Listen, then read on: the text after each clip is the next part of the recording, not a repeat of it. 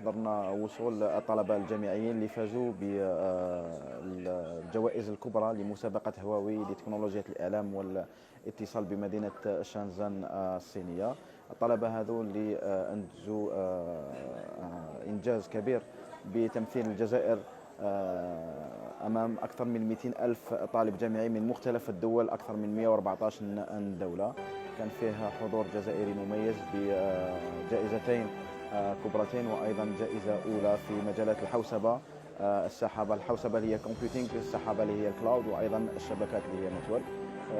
اليوم نشكر إدارة مطار الجزائر الدولي هو بومدين اللي سهلت وصول الطلبة الجامعيين، وصول كل الوفد الجامعي هنا للجزائر، وإن شاء الله راح يكون مرافقة أكثر لهذا الطلبة وأيضا لوزارة التعليم العالي والبحث العلمي.